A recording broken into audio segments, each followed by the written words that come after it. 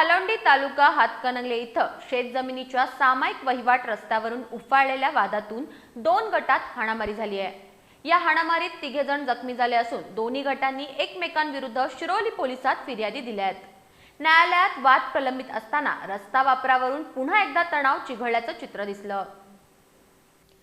पोलिसांकडून मिळालेल्या माहितीनुसार अमोल पाटील यांनी दिलेल्या फिर्यादीत म्हटलं आहे की हालोंडी इथल्या गट क्रमांक 638 मधील सामायिक क्षेत्रातून जाणाऱ्या रस्त्यावर नंदकुमार पाटील यांनी पाणी सोडलं।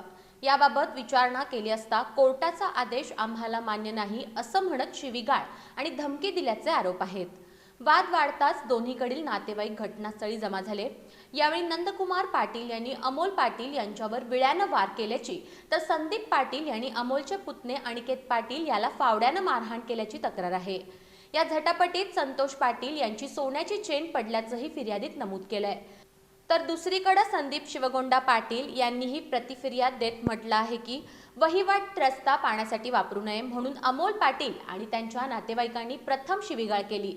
त्यानंतर अमोल यांनी ट्रॅक्टर आणून वाद अधिक चिघळवला, तसंच बाहेरून काही व्यक्तींना बोलावून धमकी दिल्याचंही त्यांचं म्हणणं आहे। या संपूर्ण प्रकारात दोन्ही गटांतील मिळून 28 जणांवर शिरोली पोलिसात गुन्हे दाखल झाले असून पुढील तपास सुरू आहे।